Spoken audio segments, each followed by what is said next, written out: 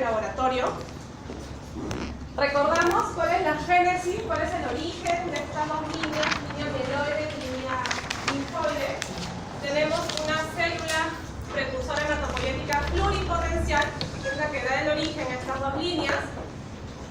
Tenemos una unidad formadora de colonias esplénicas, a partir de la cual vamos a tener una primera diferenciación hacia las colonias granulocitos monocitos, de la cual pues van a derivar aquellas cuyo nombre corresponde, los granulocitos, de las tres variantes, ya como células maduras, tenemos a los neutrófilos, los sinófilos, basófilos, y los monocitos que finalmente derivan en macrocitos. También tenemos la unidad formadora de colonias megacariocitos, a partir de la cual pues vamos a tener las estructuras maduras que son las plaquetas. En la otra línea, la línea linfocítica, tenemos esta célula precursora linfoide, de la cual pues vamos a tener el origen de los linfocitos T, dependiendo de su origen, y los linfocitos B. Entonces, ¿cuáles son las funciones que tienen los leucocitos o la serie blanca? Pues principalmente van a participar como mecanismos defensivos del organismo contra agentes extraños. Van a ser responsables de la inmunidad en el interior de los tejidos. Van a tener la característica de poseer movimientos ameboides que van a permitirle abandonar el sistema circulatorio y migrar por los tejidos. Asimismo, en el caso de granulocitos monocitos, estos tienen la capacidad de fagocitosis. Los linfocitos, a su vez, van a tener una respuesta inmunitaria específica.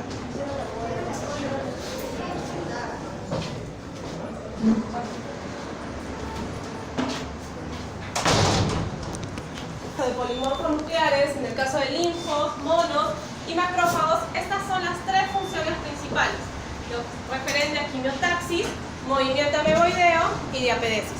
Gracias, Lili. ¿Qué es la quimiotaxis?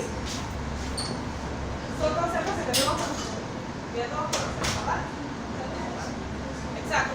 Es la capacidad, es la comunicación que existe, la capacidad de responder a sustancias químicas, llamadas también linfoquinas, que son producidas a nivel de los tejidos lesionados.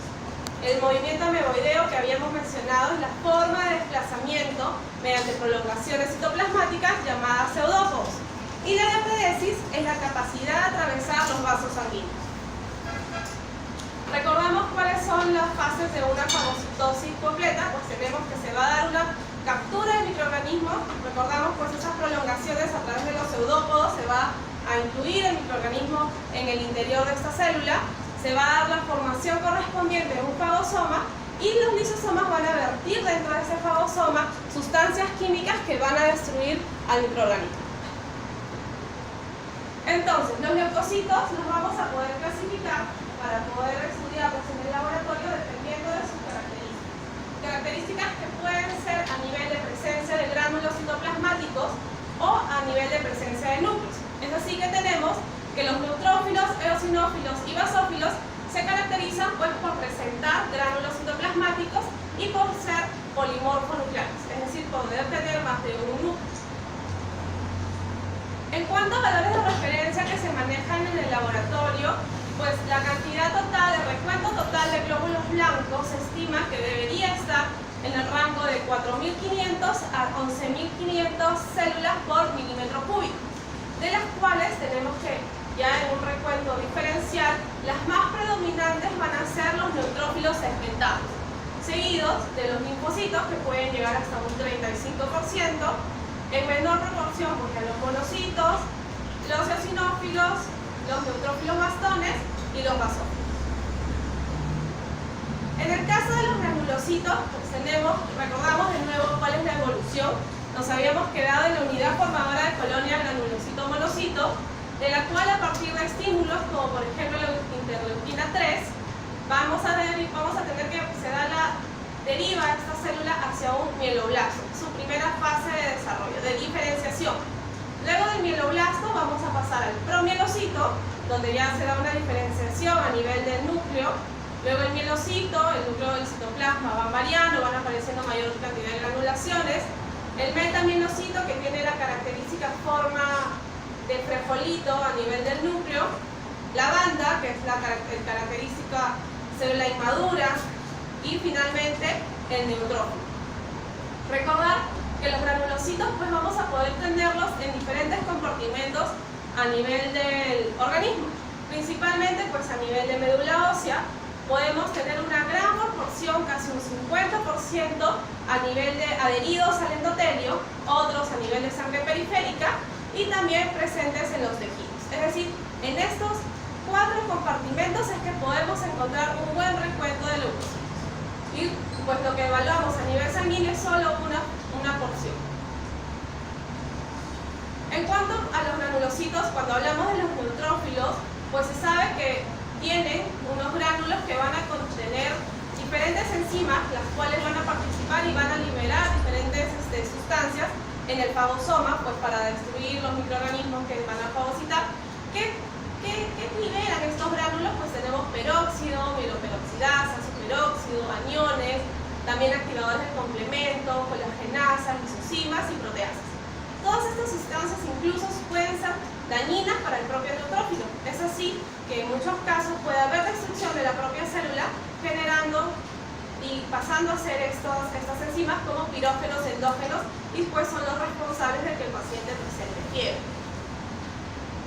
En el caso de los eosinófilos, pues tenemos que también tiene esta característica de gránulos eosinofílicos, gránulos compuestos por fosfatasa ácida, por catepsinas, peroxidasas, fosfolipasas, beta-glucuronidasas y alilsulfatasas. En el caso de los basófilos vemos que la diferenciación a nivel ectoscópico pues es bastante característico. Los gránulos son mucho más intensos, de mayor tamaño, que incluso van a impedir poder diferenciar las características del núcleo. Tenemos que estos gránulos intensos van a contener heparina, van a contener condroitinsulfato, histamina y calicreína. En el caso de los linfocitos seriolinfoides, pues tenemos que pueden variar de tamaño dependiendo de la actividad que pueda tener ya el linfocito. Tenemos que pueden ser muy pequeñitos, ir de 6 a 8 micras, casi de un tamaño similar a un eritrocito, o pueden llegar a medir hasta 20 micras. De repente estamos frente a un linfocito activado, linfocito reactivo, suelen aumentar su tamaño. La característica es que tengan un núcleo redondo, un citoplasma escaso, bastante basófilo, y en algunos casos se puede ver una granulación azurófila. Principalmente los linfocitos van a participar en la regulación de la función inmune. Y recordamos pues que tenemos 2 subpoblaciones, ¿verdad? Los linfocitos T y los linfocitos B, a partir de los cuales la célula terminal de maduración de esta línea B va a llamarse plasmocito. En el caso de los monocitos, para poder diferenciarlos a nivel de sangre periférica, suele ser bastante complicado. ¿Por qué? Porque tienen una forma bastante irregular. Desde la forma del núcleo, con una cromatina laxa, se puede tener una granulación azurófila muy fina que se remolina, dando el aspecto de que en el citoplasma hay como una nube. El contenido y la cantidad granular pues va a variar dependiendo de la maduración de esta célula. Esta célula nos va a participar y va principalmente a contener proteínas de transporte, agentes inflamatorios e incluso activadores tisulares. Su principal función es fagocitar restos celulares y partículas. Es muy importante en la respuesta inmunitaria no específica. Los histocitos y los macrófagos son el último estadio evolutivo de las células del sistema mononuclear fagocito. Por ejemplo, todos estos compuestos están asociados y se pueden encontrar contenidos en un monocito. Por ejemplo, proteínas de transporte como la transferrina, rascobalamina, agentes inflamatorios inespecíficos como las lisocimas, pirógenos endógenos. Tenemos incluso activadores tisulares, activadores plasminógenos, activadores factores de coagulación, algunos agentes específicos, agentes humorales, también sustancias de almacenamiento como el hierro, la vitamina B12. Es decir, es muy importante la función que desempeña el monocito como transporte o vía para estos diferentes agentes. Acá tenemos a una vista de lámina periférica las diferentes características que pueden tener nuestros neutrófilos segmentados.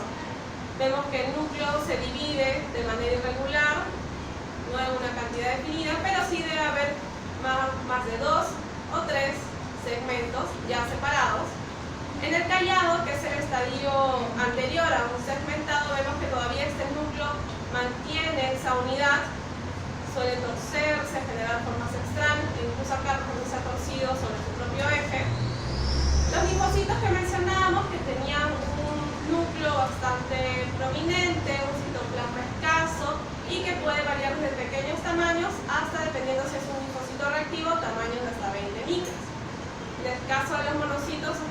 característica, esta forma irregular, el núcleo laxo, la presencia de vacuolas, e incluso en estos casos podemos vislumbrar la presencia de los pseudópodos. En el caso de los eosinófilos, el característico tinte de los gránulos, color fresa, rosados, y en el caso de los basófilos, estos gránulos mucho más intensos, que incluso impiden ver las características del núcleo.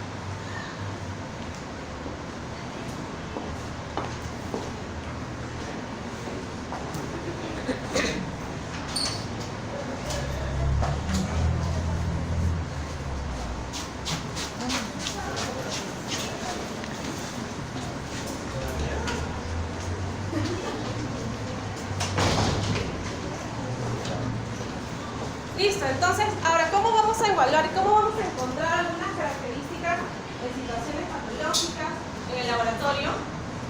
Por ejemplo, vamos a tener alteraciones cuantitativas, es decir, vamos a ver que puede haber diferencias del número que pueden deberse a tres situaciones, ya sea a nivel de la liberación desde los depósitos de médula ósea, se ha forzado la liberación incrementada, o de repente hay algo que está impidiendo que justamente esta línea aparezca a nivel de sangre periférica.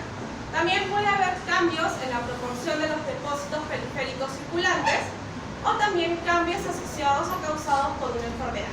Por ejemplo, a simple vista tenemos que acá pues podemos observar 1, 2, 3, 4, 5, 6, 7, 8, 9 leucocitos por campo, a diferencia de este campo donde solo observamos 2. Entonces de repente a simple vista y a grandes rasgos podremos decir, de repente este paciente está cursando con leucocitosis y en este caso con leucopenia. Entonces vamos a utilizar el sufijo de peniocitosis para definir si es que nos encontramos frente a una disminución o frente a un aumento. Asimismo, podemos dar también clasificación de acuerdo a las características en núcleo y citoplasma. En cuanto a alteraciones en número, pues definimos como leucopenia cuando encontramos un recuento absoluto de leucocitos menor a 2.300 células por milímetro cúbico. Hablamos ya de leucocitosis cuando encontramos valores por encima de 11.500 células por milímetro cúbico y reacción leucemoide cuando encontramos células por encima de 50.000 por milímetro cúbico. ¿En qué situaciones podemos encontrar pues neutrofilia, es decir, aumento de los neutrófilos, los afectados? Infecciones agudas, característico, estados inflamatorios, algunas intoxicaciones ya pueden ser metabólicas, de repente en el caso de diabetes mellitus, en el caso de uremia, incluso también con fármacos, en los casos de hemorragias agudas, también que pueden cruzar con hemólisis, en las neoplasias, asociados a medicamentos como la adrenalina, el cortisona, o incluso en situaciones benignas como el estrés, la taquicardia, la fiebre, el trabajo de parto y ejercicios extenuantes. En el caso de neutropenia, por el contrario, vamos a encontrar que se asocia a infecciones agudas, principalmente de características víricas, a pacientes hemodializados, algunos medicamentos se asocian a neutropenia, que sea agentes microbianos, sedantes, incluso también en secundaria, trastornos autoinmunes, vemos que algunos pacientes con LEN, con AR pueden causar con episodios de neutropenia y también pues en cuadros aplásicos.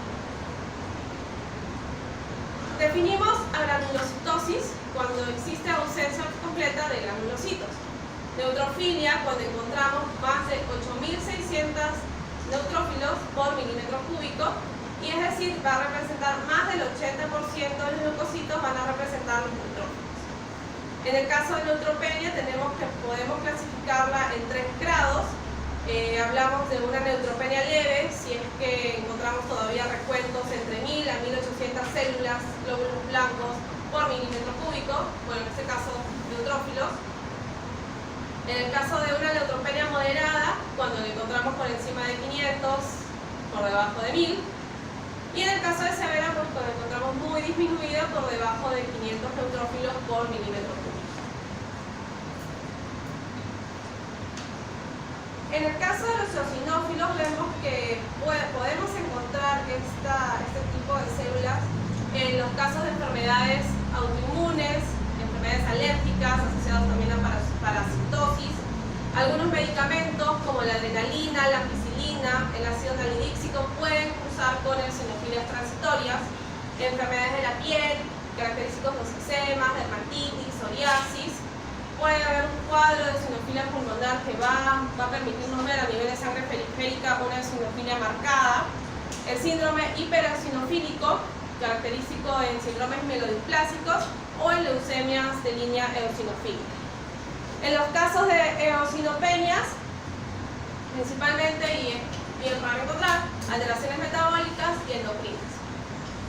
En el caso de basofilia, puede asociarse a alergias, urticarias, colitis, agudizaciones de una leucemia mieloide crónica, en anemias ferropénicas y en cirrosis. En el caso de los linfocitos, nos encontramos aumentados, incrementados en las fases de recuperación de infecciones bacterianas y víricas.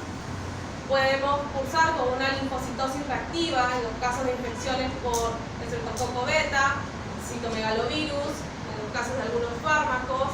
Tenemos el virus de Epstein-Barr que causa la mononucleosis infecciosa en pacientes con sífilis, toxoplasmosis, en algunos casos de vacunación y en hepatitis virales. Linfopenia, característico en cuadros de insuficiencia cardíaca, pacientes con uremia, pacientes lúpicos, paludismo y en tuberculosis activa, asociado también a tratamiento esteroideo o con inmunosupresores. Característico también en fases de inmunodeficiencia como la del HIV. En el caso de los monocitos, principalmente disminuido y asociado a las leucemias u otras alteraciones oncohematológicas, podemos cursar con monocitos incrementados asociados a diferentes infecciones bacterianas y parasitarias, tuberculosis, endocarditis, enfermedades reumáticas y autoinmunes, hemopatías y destrucciones celulares por grandes cirugías. También podemos encontrar otras alteraciones ya en algunas características, como por ejemplo las que se evidencian en la presencia de blastos.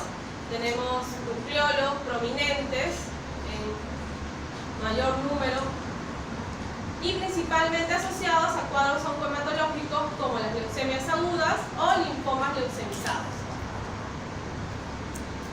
En cuanto a las alteraciones cualitativas, no solamente pues vamos a tener alteraciones en número, es decir, las encontramos en un recuento mayor o un recuento menor, sino también hay que observar las características que tiene este leucocito.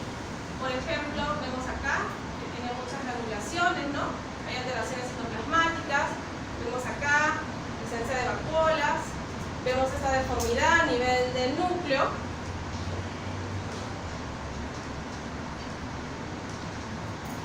A nivel del núcleo podemos encontrar un núcleo mellado, cerebriforme, con dos lóbulos hipersegmentados en el citoplasma, proyecciones, incremento de la basofilia, gránulos tóxicos.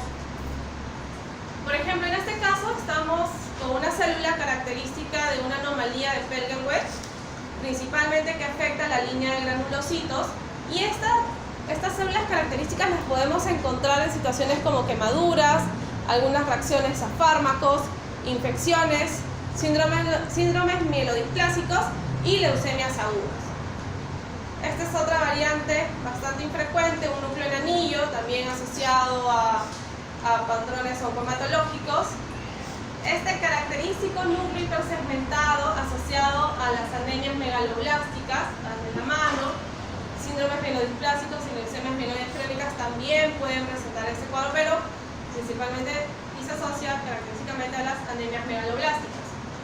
Tenemos, por ejemplo, estas prolongaciones como en el palito de tambor, que se puede encontrar en pacientes con trisomías. Tenemos una hipogranulación, que tenemos este citoplasma claro, ¿no?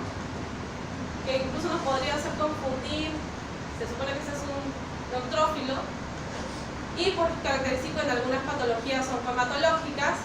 Por el contrario, si es que existe una hipergranulación, como la granulación de Alder-Reilly, donde existe un depósito anormal de mucopolisacáridos en el citoplasma.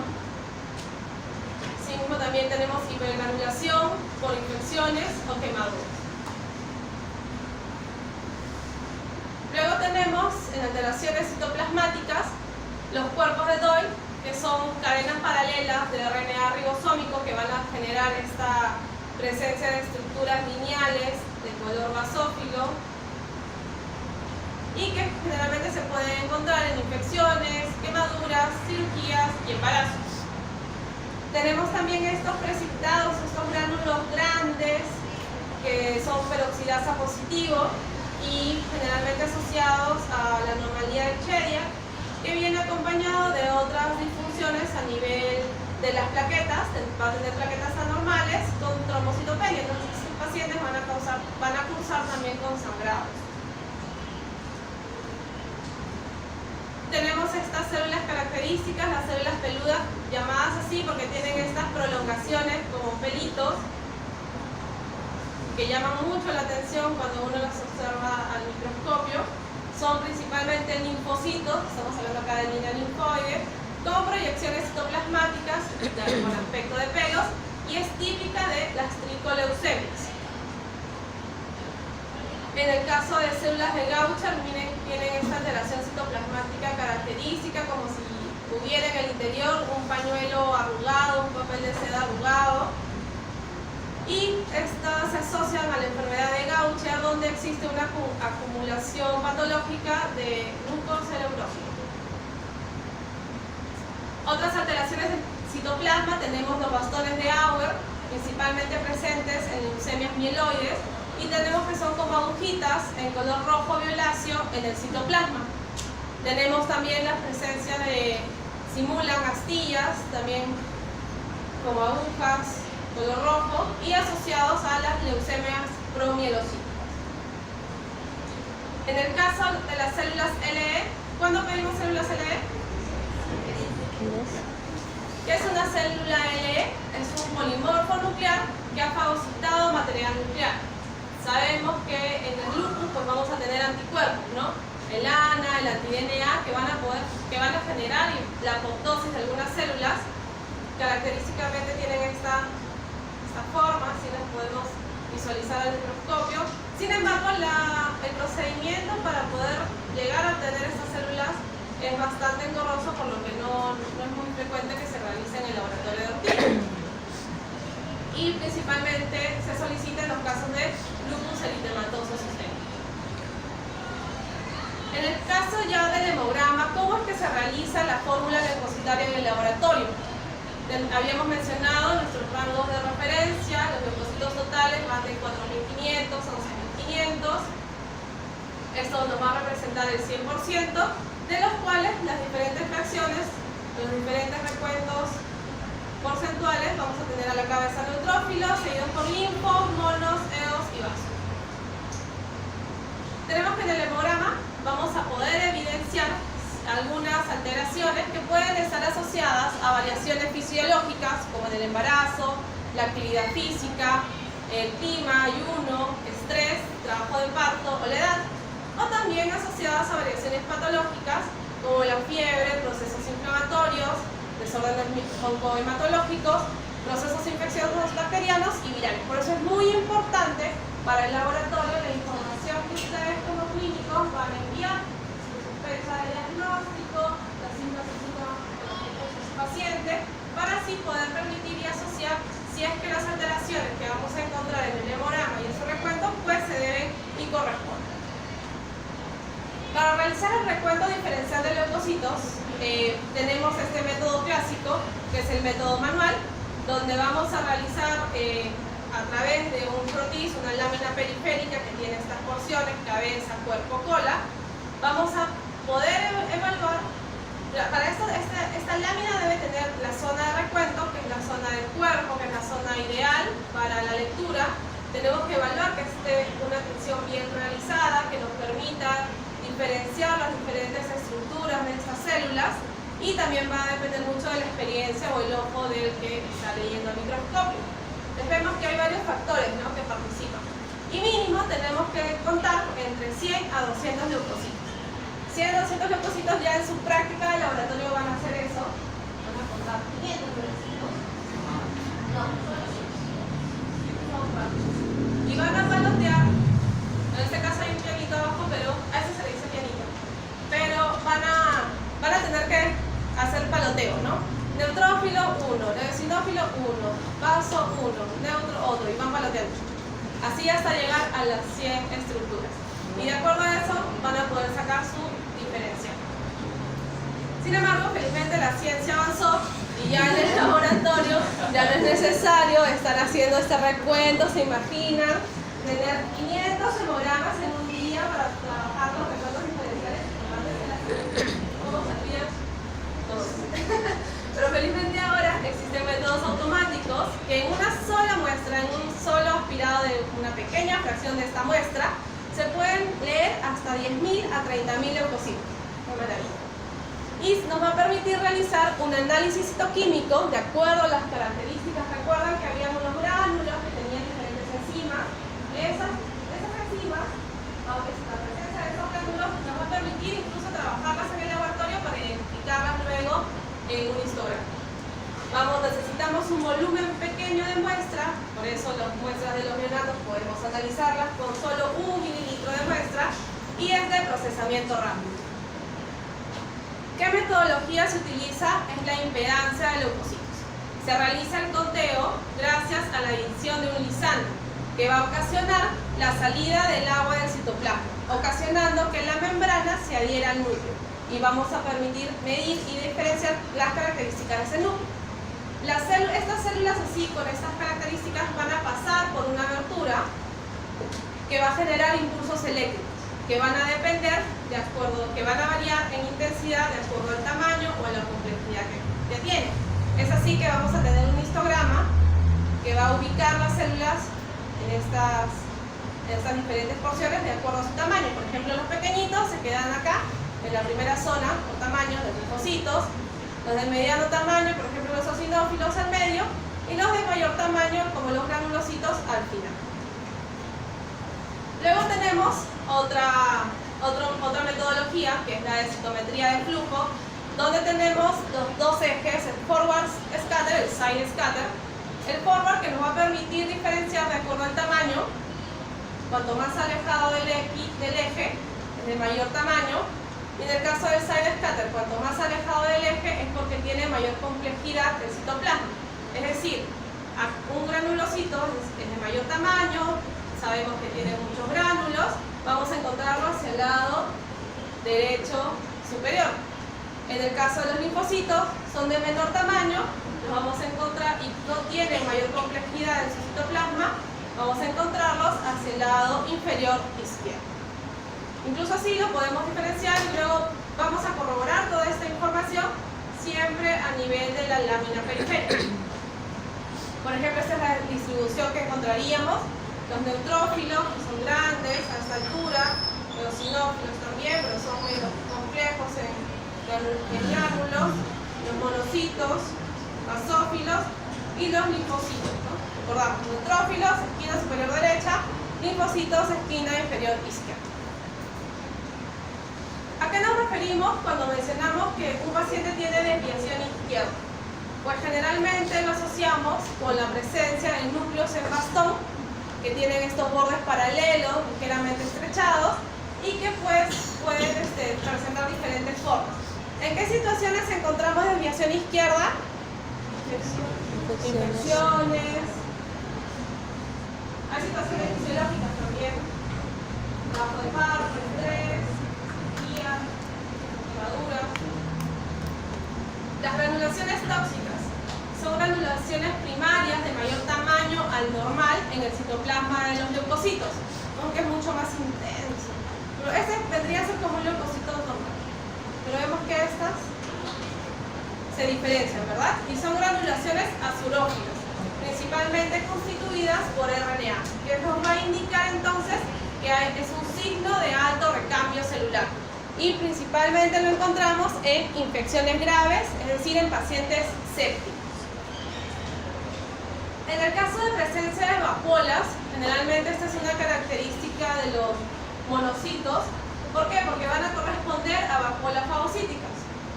Generalmente los encontramos en infecciones bacterianas severas y especialmente en pacientes pediátricos. Los linfocitos atípicos, habíamos hablado que los linfocitos pueden ser de tamaño muy pequeñito como estos, o podemos tener tamaños tan grandes de hasta 20 micras, podemos ver acá. Y estos linfocitos atípicos son linfocitos en donde existe un citoplasma abundante. Vemos este refuerzo a nivel del reborde hiperbasófilo, el núcleo excéntrico, con presencia incluso de uno o más nucleolos. A veces, y dependiendo de la experticia, algunos se pueden confundir como un blasto, pero no es un blasto. Son linfocitos reactivos, generalmente asociados a patologías virales. En cuanto a patología ya leucocitaria, tenemos que las principales, tenemos alteraciones a nivel de leucemias, mononucleosis infecciosas, los linfomas y algunas neoplasias malignas de células plasmáticas. En el caso de las leucemias, tenemos que son un grupo de enfermedades que van a estar caracterizadas por la proliferación clonal de los progenitores hematopoyéticos en médula ósea. El nivel de diferenciación celular va a ser variable, y es lo que le va a dar la característica y el nombre a la leucemia, y puede afectar tanto a la serie mieloide como a la serie linfoide. Recordamos las etiologías, pues algunas de ellas conocidas, algunas de ellas ya asociadas y definidas, factores genéticos, oncogenes, ambientales como radiaciones, y algunos factores predisponentes como anemias sideroblásticas, hemoglobinuриas paroxísticas nocturnas, policitemias B. En cuanto a la patogenia, pues vamos a tener que se va a dar una expansión clonal y una progenie de células anormales, donde vamos a encontrar un grado variable de inmadurez y un acúmulo en médula ósea, sangre periférica y otros tejidos de estas células hematopoyéticas troncales inmaduras y malignas. Es decir, antes de llegar a la célula final ya madura, vamos a tener que, habíamos visto, ¿no? Existen diferentes fases. El mielocito, prominocito, el blasto.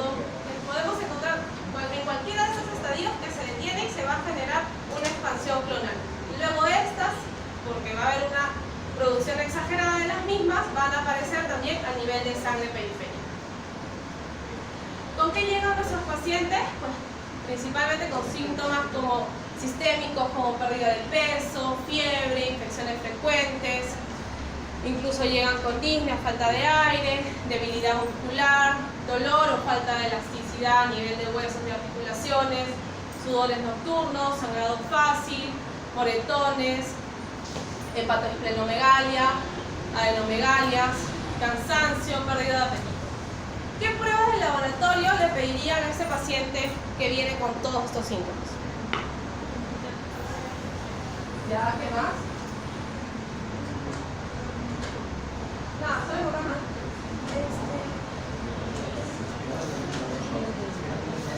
Vamos a sospechar primero que de repente estamos frente a una hematopoiesis anormal. Para eso nos ayuda nuestro hemograma, ¿verdad? Puede estar cursando con una infección. Entonces de repente podemos pedir en fase aguda. Para eso también nos ayuda nuestro hemograma, ¿verdad? De repente ha cursado con hemorragias. También lo podemos confirmar a nivel del hemograma si es que hay un descenso en la serie roja. Y pues confirmar si efectivamente se encuentra frente a un cuadro de anemia. Y principalmente lo que vamos a pedir es la identificación de marcadores de superficie. Marcadores de superficie, una vez que detectemos en el hemograma, en la lámina periférica, estas células patológicas, pues tenemos que identificarlos de acuerdo a sus marcadores de superficie. Y luego complementamos también con estudios de citogenética. Para eso, en el 2002, el doctor Orfao define cómo van a ser los paneles de caracterización de las diferentes leucemias agudas. Esto generó todo un revuelo porque nos ha permitido no solamente poder diferenciar las leucemias a nivel de las características fenotípicas en láminas, sino a un nivel mucho mayor, mucho más exacto. Por ejemplo, si hablamos de una estirpe linfoide T, tenemos que utilizar marcadores específicos para estas células como el CD2, CD7, CD3 de superficie y CD3 citoplasmático. Diferente tratamiento va a tener una leucemia de estirpe linfoide B. Para eso es importante poder diferenciar, porque los tratamientos, los pronósticos van a depender mucho del tipo de leucemia y del tipo de célula asociada.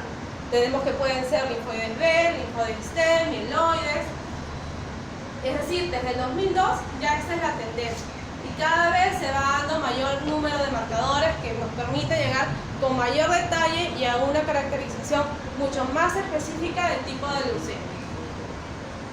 Es así que entonces vamos a poder caracterizar leucemias agudas y leucemias crónicas. En una leucemia aguda vamos a tener células tumorales inmaduras, es decir, los blastos. A diferencia de las crónicas, donde vamos a tener las células ya maduras, ya formadas, los estadios finales, los linfocitos, granulocitos y también puede ser a nivel de células eritrófitas. En el caso de una célula linfoide, recordamos por ejemplo este linfoblasto, que suele ser de tamaño pequeño a intermedio, tiene un citoplasma escaso, una cromatina muy densa, núcleos no específicos, pero y es agua negativa. Generalmente tiene estas características como si fuera un linfonodo. En el caso de la leucemia linfoide aguda, recordar que esta es frecuente en la infancia y presenta y cursa con el característico hiato leucémico. Es decir, que vamos a encontrar células estancadas en un proceso madurativo.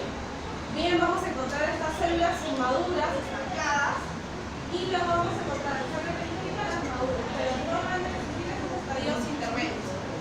Suele ser de mal pronóstico y solo en un 50% logramos curación.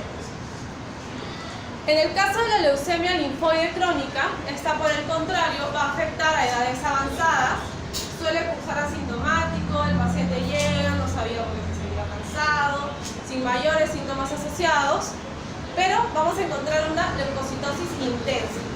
Suele ser de buen pronóstico y existe un tipo especial que es la leucemia de células peludas, que ya las hemos visto, llamada también tricoleucemia.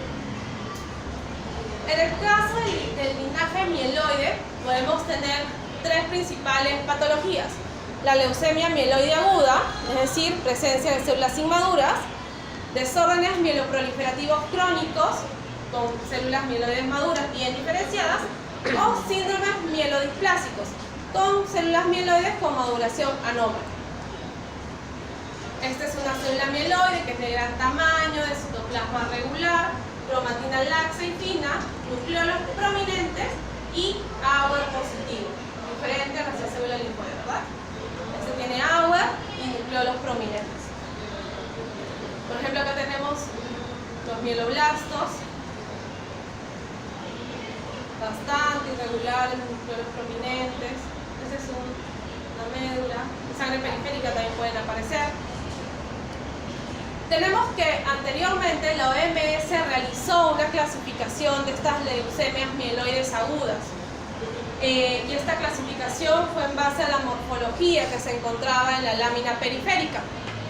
Sin embargo, esta clasificación de 8 estadios o 8 variantes fue reemplazado por la caracterización en base a inmunofenotipo que conversábamos con los marcadores de superficie. Marcadores de superficie que los podemos evaluar mediante la metodología de citometría de flujo. Y también luego se puede complementar con coloraciones de histoquímica. Mencionábamos pues que existía la clasificación de la OMS con 8 subclases. La leucemia mieloide aguda es frecuente en adultos, puede existir un recuento bajo, alto o normal. Y acá encontramos el característico hiato leucémico con blastos en sangre periférica con bastones de agua. De pronóstico reservado y solamente un 30% va a tener curación. En el caso de la leucemia mieloide crónica, es la patología más común de los síndromes mieloproliferativos. Va a darse un incremento del número de células de la línea granulocítica, cursan con esplenomegalia severa, síntomas inespecíficos y una evolución inicialmente lenta. A nivel de sangre periférica vamos a encontrar una leucocitosis marcada, ¿cómo llamábamos a esto? Con mayor de 50.000, a expensas de tracción leucemoide, a expensas de granulocitos, pues vamos a cruzar con basofilias, sinofilias y trombocitosis. Vemos que es así de aberrante las lecturas en lámina periférica, con abundantes células inmaduras. Luego tenemos la mononucleosis infecciosa. ¿Cuál es el agente causal? El virus del Epstein-Barr. Principalmente va a dar una destrucción a nivel de linfocitos B y una reacción de los linfocitos T. Entonces, estas células patológicas así extrañas y grandes son los linfocitos T, que van a estar como linfocitos reactivos. Vamos a cursar con leucocitosis, estos linfocitos atípicos, y también la presencia de anticuerpos en sangre. En el caso de los linfomas, es un grupo heterogéneo de neoplasias del sistema inmune que se va a originar a partir de alguno de los componentes celulares. Y principalmente va a ser por proliferación neoplásica de linfocitos B o linfocitos T.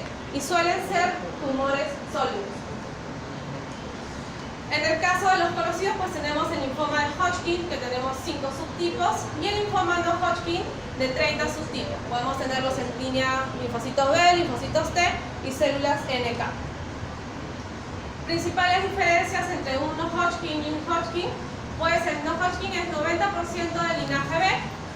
Hay una diseminación a cualquier ganglio, de cualquier tipo, de cualquier ubicación, y la curación es poco esperanzadora, es menos del 50%.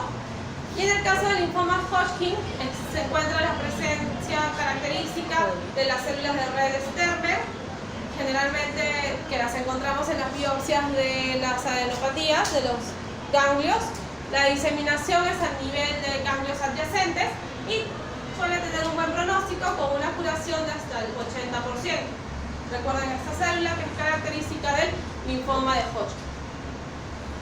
En el caso de las células plasmáticas, tenemos que dan origen a una neoplasia a nivel de la expansión clonal de las células plasmáticas, que van a producir una inmunoglobulina monoclonal denominada componente M o paraproteína.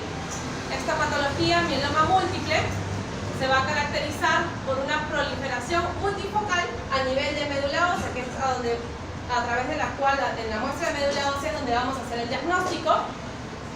Se da la producción de paraproteínas monoclonales, es una neoplasia muy frecuente, representa el 10% de las neoplasias hematológicas y se suele presentar en una edad media de 66 años. La característica es que tenemos el núcleo excéntrico. Nuestro paciente va a llegar con dolor por alteraciones óseas, entonces tenemos que pedirle a nuestro paciente radiografías, dosaje de calcio. Suelen cursar con infecciones frecuentes, le vamos a pedir hemograma, restante de fase aguda. Suelen cursar con anemia, nos ayuda el hemograma. Cursan con hipercalcemia, tenemos que dosar calcio. También es frecuente encontrar alteraciones renales, para lo cual debemos evaluar pues, esta función renal, ya sea mediante el control de urea, creatinina, proteína de 24 horas y proteínas de Benson-Jones. Tenemos que va a darse un aumento de la velocidad de sedimentación globular y principalmente vamos a encontrar esta gamapatía monoclonal mediante un proteinograma electroforético e inmunofijación. ¿Qué es la proteína de Benson-Jones? Son cadenas ligeras kappa lambda que van a ser eliminadas a nivel de la orina. Se presentan hasta en un 80% de los pacientes con mieloma. Es necesario poder encontrarlas a través de la electroforesis en una orina de 24 horas. Son las responsables del cuadro de riñón de mieloma, que va a generar una obstrucción y pérdida de las nefronas, con la correspondiente y estadio final de una insuficiencia renal. Entonces, para el diagnóstico de mieloma múltiple va a ser necesario realizar una biopsia de médula ósea, donde vamos a encontrar estas características células plasmáticas del núcleo excéntrico, que en médula ósea deben encontrarse menor al 5%, pero si las encontramos incrementadas, pues podríamos estar frente a un cuadro de mieloma. Y para evaluación del pronóstico a nuestro paciente le debemos pedir beta-2 microglobulina y deshidrogenasa láctica. Listo, esta es la bibliografía que pueden revisar y les recuerdo que el